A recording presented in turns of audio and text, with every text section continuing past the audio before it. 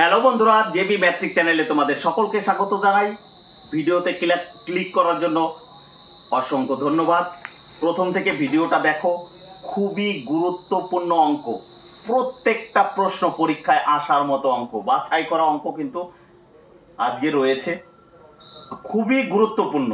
আবারও রিকোয়েস্ট করছি দাদা হিসাবে, প্রথম থেকে শেষ পর্যন্ত ভিডিওটা দেখো। হ্যাঁ বন্ধু, তোমাকে বলছি ভাই, তোমাকে ভিডিওটা দেখো, ভিডিও ছেড়ে যেও না, ঠিক আছে? ভিডিওটা ছেড়ে যেও না, শুধু দেখো, খুব গুরুত্বপূর্ণ অঙ্ক। অঙ্কটা দেখো, প্রথমে কি বলেছে? সোনা জলের থেকে হবে এখানে, সোনা জলের থেকে 19 গুণ ভারী। সোনা কি জলের থেকে 19 গুণ ভারী এবং তামা জলের থেকে 9 গুণ ভারী। পরে বলেছে সোনা এবং তামাকে কি অনুপাতে মেশালে নতুন সংকর ধাতুটি জলের চেয়ে 15 গুণ ভারী হবে। তো অনেক বড় অঙ্ক, তাই না? একদম না, একদম ইজি অঙ্ক। এটা তো এলিগেশন করলেই বেরিয়ে যাবে। এই যে সংকর ধাতু বলেছে, তার মানে এটা হলো মেশানোর পরে, যেটা আমি বারবার বলেছিলাম যে এলিগেশনের সিঙ্গেল দুপাশে হয়, আর যেটা মানে দুটো সংমিশ্রণ হয় সেটা মিডিলে হয়। তাহলে এইখানে দেখো, এই 19টা কি ভাই? 19টা তো সোনা, তাহলে এইখানে সোনা লিখো বোঝার জন্য। সোনা, এইখানে কি এটা কি এটা হলো তামা, এই সাইডে তামা লিখো বোঝার জন্য বলছি, ঠিক আছে? তো সোনা কি? এটা তো সিঙ্গেল, সোনা তো সিঙ্গেল, কত? 19। আচ্ছা, তামা কি? এটা তামা তো সিঙ্গেল নয়। এইটা কি ভাই? সংকর ধাতু 15 গুণ, এইখানে 15 দিয়ে দাও। এই যে মিডিলে হবে কি? দুটো মিক্সডের পরে যেটা হবে সেটাই তো মিডিল হবে। এলিগেশন করে দাও, দেখো এই দুটো যদি বিয়োগ করো তাহলে হবে 6, 9 আর 6 15, আর এটা বিয়োগ করলে কত হবে? 4 হবে। অর্থাৎ কাটলে হবে 3:2। এটার অ্যান্সার হবে 3:2। বোঝা গেছে কি অনুপাতে মেশাতে হবে? 3:2 অনুপাতে। বোঝাতে পেরেছি নিশ্চয়ই? অবশ্যই। যদি ভালো লেগে থাকে একটা লাইক, কমেন্ট এবং বন্ধুদের শেয়ার করো। ভিডিওর মাঝে আর কথা বলবো না, ভালো লেগে থাকলে অবশ্যই একটা লাইক করো ভাই।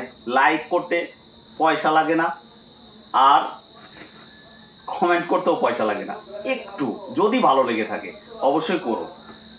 আর রানাঘাটে অফলাইন ক্লাস 6 অক্টোবর শুরু হচ্ছে, রানাঘাট স্টেশনের পাশে। যদি কেউ ভর্তি হও অবশ্যই ভর্তি হতে পারো। সকাল 10:30টার সময় ক্লাস, সকাল 10:30টার সময় ক্লাস। আমার 100% দিয়ে আমি শেখাবো ওই জায়গায়। আমি কথা দিচ্ছি, আমি অ্যাডে বিশ্বাস করি না, আমি কাজে বিশ্বাস করি, ঠিক আছে? তোমাদের শেখাবো। চলো, যারা ভর্তি হতে চাও আশেপাশে অবশ্যই ভর্তি হতে পারো। সকাল 10:30টায় ক্লাস, 6 অক্টোবর রবিবার। চলো নেক্সট অঙ্ক। বলছে বার্ষিক 10% সরল সুদে কত বছরে কোনো টাকা 4 গুণ হবে? ভাই টাকা তো আমি জানি না, আমি টাকা ধরলাম 100 টাকা, টাকা ধরলাম কত? 100, আসল কত? 100। এখানে সরল সুদ বলছে, এবার বলছে কত গুণ হবে? 4 গুণ। তাহলে নিশ্চয়ই 400 হয়েছে। ভাই 4 গুণ তো হলো, 400 তো হলো, তাও বুঝলাম 400 তো হলো, তো 400 কেন হবে? হবে তো 3, মানে এর ভিতর তো আমার 100 আসল রয়েছে। 4 গুণ হোক গা, 400 হোক, 100 টাকা যদি হয় সেটাই তো 4 গুণ হয়ে 400 হয়েছে। তা এর ভিতর কি আসল নেই? অবশ্যই আসল আছে। তার মানে কি 100 প্লাস 300, অর্থাৎ এই 100টা এই 100, মানে এটা আমার অরিজিনাল মূলধন। তার মানে সুদ বানাতে হবে কত? তোমার 300। এবার 300 টাকা সুদ বানাতে গেলে তোমার কত বছর লাগবে? এটাই চেয়েছে। 4 গুণ মানে ভাই 4 গুণ না, হবে 3 গুণ। সবসময় মনে রাখবে, যত গুণ বলবে সরল সুদের ক্ষেত্রে, যত গুণ বলবে, যদি বলে 10 গুণ তাহলে মনে রাখতে হবে 10 গুণের মধ্যে 1 গুণ হলো তোমার আসল, তাহলে 9 গুণ হলো সুদ। যদি বলে 6 গুণ তাহলে অবশ্যই 1 গুণ তোমার আসল, আর মানে 1 টাকা আসল 5 টাকা সুদ। যদি তোমাকে বলে ধরো 20 গুণ তাহলে মনে রাখবা 1 টাকা আসল 19 টাকা সুদ। যদি বলা হয় 7 গুণ তাহলে 1 টাকা আসল 6 টাকা সুদ। ক্লিয়ার? তো ঠিক একইভাবে আমার যদি মূলধন 100 টাকা হয়, সেটাই তো 4 গুণ হয়ে 400 হয়েছে। তো 400-র ভিতরে আমার মূলধনটাও তো রয়েছে। তাহলে অ্যাকচুয়ালি বানাতে মানে আমাকে বাড়াতে হবে কত? 300। তাহলে 300 হলেই তো আমার 100 আছে, তাহলেই তো 400 হয়ে গেল। ক্লিয়ার? তাহলে দেখো, এই 100 টাকায় 1 বছরের সুদ কত? 10 টাকা না? তাহলে বলো তো 300 টাকা সুদ বানাতে গেলে কত বছর লাগবে? 10 দিয়ে ভাগ করলেই তো 30 বছর লাগবে ভাই।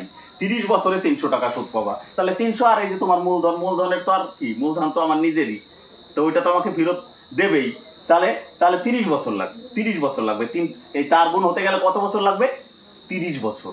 যদি এইটাই বলতো, এই অঙ্কটাই যদি বলতো, ভালো করে বোঝো, এই অঙ্কটাই যদি তোমার বলতো যে বার্ষিক 5% হারে, ভালো করে বোঝো, বার্ষিক 5% হারে কোন কত বছরে কত টাকা, মানে কোন টাকা সরল সুদে 3 গুণ হবে। ভাই 3 গুণ তো হবে না, হবে তো 3 গুণ হবে, কিন্তু তার ভিতরে তো 1 গুণ আমার আসল, তাহলে হবে অ্যাকচুয়ালি কত? 2 গুণ। 2 গুণ মানে কত? 200। তাহলে তোমার আসল যদি 100 ধরো, তাহলে 100 টাকা সুদ কত? 5 টাকা। তাহলে 200 টাকা সুদ বানাতে গেলে 5 দিয়ে ভাগ করো, 5 40 কত? 200। তার মানে 40 বছর লাগবে। ক্লিয়ার? বোঝাতে পারলাম? 40 বছর লাগবে এই অঙ্কটা। আর আগেরটা কত হলো? 30 বছর। চলো নেক্সট অঙ্কে যাই আমরা। নেক্সট অঙ্কে যাই। কি বলেছে? এ কমা বি ও সি একটি কোম্পানির 3টি অংশীদার। একটা কোম্পানি আছে, তারা 3 জনে চালায়, 3টি অংশীদার আছে। ওর বলছে কোন এক বছরে এ মোট লাভের 1/3 অংশ পায়। এটা কে পায়? এ পায় ভাই। তারপরে বি পায় কত? 1/4। বি পায় কত? 1/4 ভাই।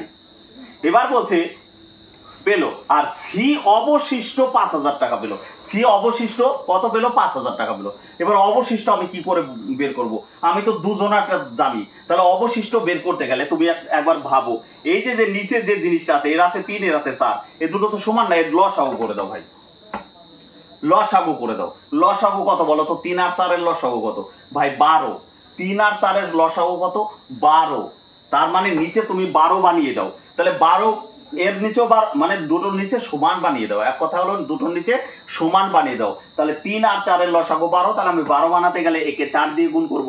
ভাই নিচে 4 দিয়ে গুণ করলে ও তো রাগ হবে, রাগ হওয়ার কোনো জায়গায় নেই, আমি রাগ করার চান্সই দেবো না। তাহলে ওকেও 4 দিয়ে গুণ করব। দেখো 4 4 কেটে গেলে তো সেই 1/3 হয়। তার মানে আমার কিন্তু অংশটা কিন্তু চেঞ্জ হয়নি। নিচে 12 বানানোর জন্য নিচেও 4 দিয়ে গুণ করেছে, উপরেও 4 দিয়ে গুণ করেছে। এবার এখানে 12 বানাও। তাহলে এখানে 12 বানাতে গেলে একে 3 দিয়ে গুণ করতে হবে, তাহলে উপরেও 3 দিয়ে গুণ করতে হবে। তাহলে দেখো তো বিষয়টা কি দাঁড়ালো? এ পেলো কত? 4 এর 12। ভাই কাটলে তো সেই 1/3 হয়, আগেও তোমার কিন্তু 1/3 ছিল। আচ্ছা, ও পেলো কত? 12 ভাগের মধ্যে কত ভাই? 3 ভাগ। দেখো এটাকে কাটলে ও 1/4 হয়, অর্থাৎ ভগ্নাংশের কোনো চেঞ্জ হয়নি। নিচে আমি তার মানে মোট লভ্যাংশ কত? মোট লভ্যাংশ 12। এই দেখো 12, মোট লভ্যাংশ কত? 12। তার ভিতরে 12-র ভিতরে এ পেয়েছে কত টাকা? 4 টাকা। আর 12-র ভিতরে বি পেয়েছে কত টাকা? 3 টাকা। তাহলে এ আর বি পেয়েছে কত? 7 টাকা। কত টাকার মধ্যে? 12 টাকার মধ্যে। 12 টাকার মধ্যে এ পেয়েছে 4 টাকা, বি পেয়েছে 3 টাকা। তাহলে সি যদি অবশিষ্ট পায়, তাহলে সি 12 টাকার মধ্যে তো 5 টাকা পাবে। কিভাবে 5 টাকা পেলো ভাই? টোটাল তো 12 টাকা। 12 টাকার মধ্যে এ যদি 4 পায়, বি যদি 3 পায়, তাহলে তো 7 টাকা হয়ে গেছে। বাদ বাকি তো কে পেয়েছে? বাদ বাকি তো সি পেয়েছে। কতর মধ্যে? টোটাল তো 12। তাহলে আর 5 রইলো না, 5 এর 12 না। তার মানে এই টোটালটা হলো তোমার 12। হ্যাঁ, তার ভিতরে এ পেয়েছে কত? 4, বি পেয়েছে কত? 3, সি পেয়েছে কত? 5। বের করলাম। তো এইখানে ওরা বলে দিয়েছে সি পেয়েছে 5000। তাহলে তার মানে তো 5 এর মানই তো কত? 5000 না? এবার ওরা অ্যানসার চেয়েছে ভাই এ কত টাকা পাবে। তাহলে 5 এর মান যদি 5000 হয়, তাহলে 1 এর মান 1000, এরটা চেয়ে তাহলে 4 এর মান কত? 4000 পাবে। যদি তোমার বলতো যে বি কত টাকা পাবে, আরে ভাই বি তো 3000 পাবে। 5 এর মান যদি 5000 হয়, 3 এর মান কত? 3000। ক্লিয়ার? বোঝাতে পেরেছি? চলো, ভালো লেগে থাকলে অবশ্যই লাইক কমেন্ট শেয়ার করো। আর রানাঘাটে যদি কেউ ভর্তি হতে চাও, অবশ্যই আমি 100% চেষ্টা করব তোমাদের আরো সুন্দর ক্লাস করানোর জন্য। সামনাসামনি ক্লাস করে একবার দেখতে পারো। চলো, এরপরে বলেছে 3 বছরে 800 টাকা সরল সুদের হারে 956 টাকা। মানে 3 বছরে, বছরটা কত? 3 বছর। 3 বছর। এবার মূলধন কত? মূলধন কত? মূলটা কত? মূলটা কত? মূলটা হলো 800 টাকা। সেই 800 টাকাই একটা পার্সেন্টের সুদ, একটা পার্সেন্ট, সে 5% হোক, 3% হোক, 8% হোক, 9% হোক, আমি জানি না কত পার্সেন্ট হারে। একটা সুদের হারে মানে কি? পার্সেন্টে। সেই টাকাটা মোট কত হয়ে গেছে? 956 টাকা। এটা ভাই কত টাকা হয়ে গেছে? 956 টাকা হয়ে গেছে। 800 টাকায় 956 টাকা, তার মানে 156 টাকা সুদ বেড়েছে। তো আমি সুদের হার তো জানি না, জানার দরকারও নাই। তুমি যদি মনে করো সুদের হার বের করবো, বের করতে পারো, কিন্তু প্রয়োজন পড়বে না। ঠিক আছে? তাহলে 3 বছর কি করছে? 800 টাকা কত হয়ে গেছে? 956 টাকা হয়ে গেল। তাহলে প্রথম পার্টটা শেষ হয়ে গেল। পরে বলছে সুদের হার। সুদের হার ভাই আমি জানি না, দরকারও নাই। বলছে সুদের হার 3% বাড়িয়ে দাও। মানে 3% বাড়িয়ে দাও কি? তার মানে আগে যদি সাপোজ আগে যদি 5% হারে যদি সুদ হয়, যদি ইফ যদি 5% হয় তাহলে এখন তো 8% হবে, আগে যদি 10% হয় তাহলে এখন 13% হবে, 3% বাড়াতে হবে, অন্য তো কিছু না, আর কিছু না, দরকার নেই। তাহলে ওরা বলেছে দেখো 3% বাড়াতে বলেছে, আমাকে তো মূলধন বাড়াতে বলেনি, মূলধন তো 800ই আছে। তাহলে দেখো 800 মানে কটা 100 টাকা, 800 মানে কটা 100 টাকা ভাই, তুমি বলবে 8টা 100 টাকা। তাহলে এক একটা 100 টাকার জন্য সুদ কত? 3 টাকা। 3% মানে কি? একটা 100 টাকায় 3 টাকা, 800 টাকা মানে কি? 800 টাকা মানে 24 টাকা সুদ না ভাই, 24 টাকা সুদ না? সেটা কয় বছরে? 1 বছরে। তো এই তো বলেছে 3% তো বার্ষিক সুদ। তাহলে 8টা 100 টাকা, এটা তো একটা 100 টাকায় 3 টাকা, তাহলে 8টা 100 টাকায় 24 টাকা হবে, 8টা 100 টাকাতে 24 টাকা হবে। কিন্তু ওরা অ্যান্সার চেয়েছে 3 বছরে, 3 বছরে, ওরা 1 বছরের চাইনি, 3 বছরে। 3 বছরে 800 টাকা কততে পরিণত হবে?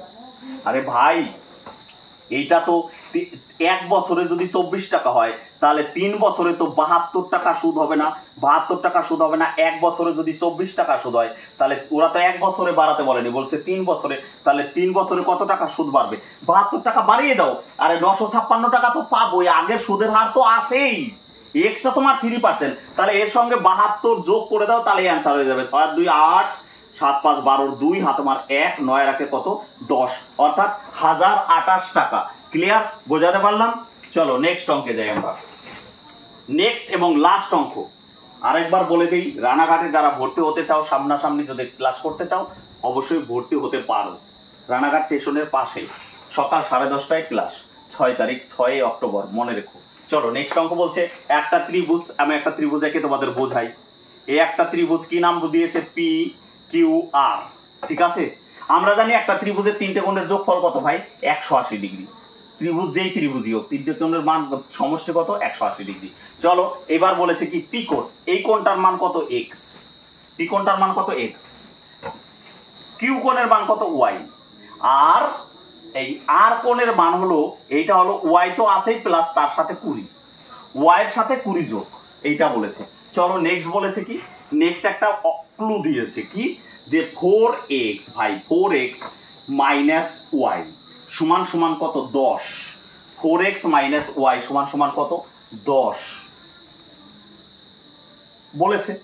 আচ্ছা ঠিক আছে, তুমি এই 10টাকে এই দিকে নিয়ে আসো, সমান সমান এদিক ওদিক তো আনতেই পারি। দেখো তাহলে কি হবে? 4x এইটাকে এই পাশে নিয়ে আসলে কি হবে? -10 হবে। 4x এটাকে এই পাশে নিয়ে আসলে কত হবে? -10 হবে, হবেই তো, প্লাস ছিল মাইনাস হয়ে যাবে।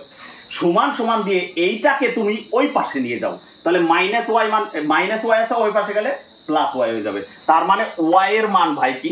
ওয়াই এর মান হলো 4x মাইনাস 10। তো আমরা তো এইটা জানি, একটা ত্রিভুজের 3টে কোণের যোগফল কত? একটা ত্রিভুজের 3টে কোণের যোগফল ভাই 180 ডিগ্রি। আমি প্রথম থেকে বলছি, তাহলে আমি তো লিখতেই পারি এই যে এই কোণটা যোগ এই কোণটা যোগ যোগ এই কোণটা, অর্থাৎ ওয়াই প্লাস কত? 20। তাহলে এই 3টে কোণের যোগফল, এই একটা এই একটা এই একটা, এই 3টে কোণের যোগফল কত? 180 না? এই 3টে কোণের যোগফল কত ভাই? 180। তো 3টে কোণের যোগফল কত? 180। তো এবার ওয়াই এর মানটা পুট করে দাও। দেখো এই দুটো যোগ করলে ভাই কত হবে? এই দুটো যোগ করলে আগে যোগ করে নাও, x প্লাস কত হবে? 2y। x প্লাস কত? 2y প্লাস কত ভাই? 20। আচ্ছা 20 কে তুমি ওই পাশে নিয়ে নাও, x প্লাস 2y সমান সমান আমি লিখতে পারি 180 মাইনাস 20। পারি তো? দেখো x আর এই দুটো যোগ করলে 2y হয়, সমান এই 180 আছে, এটা ওই পাশে নিয়ে গেলাম। তো বিষয় হলো এখানে y এর মানটা পুট করে দাও, x লিখলাম এই জায়গায়, প্লাস এটা 2y, তাহলে y এর মান যা আছে তাকে তো 2 দিয়ে গুণ করে পাঠাবে, যেহেতু 2 এর সঙ্গে y কে আছে?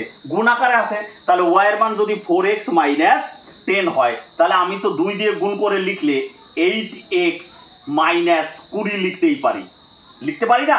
এই যে দেখো x তো এই x, এই 2y, x y এর মান তো 4x মাইনাস 10, তো 2 দিয়ে গুণ করলে 8x মাইনাস কত? 20 হবে। এইটা সমান সমান কত? 160 হবে না ভাই? দেখো তো 160 হবে না? 160 হবে। তাহলে এই সাইডে করি, দেখো এই দুটো যদি তুমি যোগ করো তাহলে কত হবে? 9x। এই দুটো যোগ করলে কত হবে ভাই? 9x সমান সমান আমি তো লিখতেই পারি যে 160, এই 20 কে ওই পাশে নিয়ে গেলে প্লাস 20, তাহলে 9x এর মান হবে 180 যোগ করলে। কাটলে হবে x এর মান 20। x এর মানটা ভাই কত হবে? 20 হবে। x এর মানটা কত হবে? 20। তার মানে এই কোণটার মান কত ভাই? 20। ঠিক আছে, 20। তাহলে এইখানে একটু খেয়াল করে দেখো, এই কোণটার মান যদি 20 হয়, এইখানে তো আমরা x এই যে একটা বিষয় রয়ে গেছে, তো এইখানে একটা জিনিস ভাবো, x এর মান যদি 20 হয় তাহলে নিশ্চয়ই এখানে যদি x এর মান পুট করো, তাহলে এই x এর মান যদি 20 হয়, 4 20 কত? 80 4 20 80 মাইনাস কত? 10। এইটা সমানই তো y। 4 20 80, যে x এর মান 20 80 মাইনাস, তার মানে 70 হবে এইটা। y এর মান কত হবে? 70। এইটা কত হবে ভাই? 70 হবে। তাহলে y এর মান যদি 70 হয়, তাহলে এই কোণটার মান তো y প্লাস 20, তাহলে 70 প্লাস 20 মানে কত? 90 না? তাহলে তিনটে কোণ দেখো তুমি পেয়ে গেছো, একটা 20, একটা 70, একটা 90। এবার ওরা প্রশ্ন করেছে যে এটি কি ত্রিভুজ। ভাই এটা বোঝানোর জন্য এত বড় হলো, বড় অঙ্ক না, কারণ তোমাকে তো বোঝাতে হবে, আমি জানলে হবে না, তোমাকে বোঝানোর জন্য আমি বড় করলাম। তো বিষয়টা হলো এইখানে দেখো কোণগুলা কি কি হলো, একটা ভাই 20 হয়েছে, একটা 70 হয়েছে, একটা 90 হয়েছে। আমরা জানি এটা কি, এটা বাহু হিসাবে চাইনি, এটা কোণ হিসাবে চেয়েছে ভাই। তো এটা কি সমকোণী ত্রিভুজ হবে না? এটা তো 90 ডিগ্রি। 90 ডিগ্রি কোন ত্রিভুজের একটা কোণের মান যদি 90 ডিগ্রি হয়, তাকে সমকোণী ত্রিভুজ বলে। তার মানে এইটা হলো সমকোণী ত্রিভুজ। ক্লিয়ার? বোঝাতে পেরেছি? ঠিক আছে, সবাই ভালো থেকো, বাই।